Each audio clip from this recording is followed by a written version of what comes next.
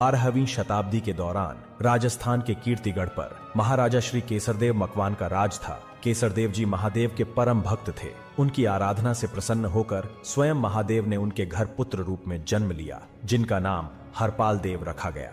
अभी कुछ ही समय निकला था कि कीर्तिगढ़ पर संकट के काले बादल मंडराने लगे। सिंध का सम्राट हमीर सुमरा अपनी विशाल सेना लेकर कीर्तिगढ़ की तरफ निकल पड़ा।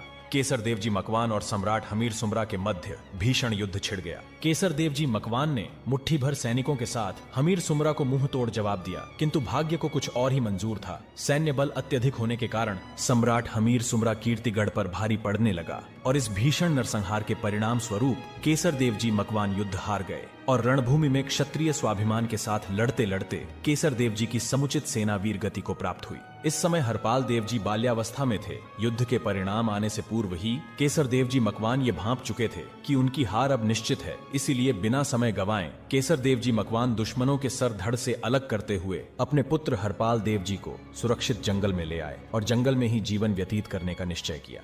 राजा अपने पुत्र के साथ जंगल में जीवन व्यतीत करने लगे। कुछ दिन जंगल में गुजर जाने के बाद बालक हरपाल देव की पशु पक्षियों से मित्रता हो गई और एक दिन अपने मित्रों संग जंगल में भ्रमण करते हुए हरपाल देव ने देखा एक ही स्थान पर बहुत सारे ऋषि मुनि अलग अलग चमत्कारिक साधना और विद्याएं करने में लीन थे। तभी अचानक हरपाल देव को किसी ने पीछे से पुकारा। पलटकर देखा तो वहां स्वयं महामुनि खड़े थे और बड़े ही अचरज से हरपाल देव के मनमोहक स्वरूप को देख रहे थे।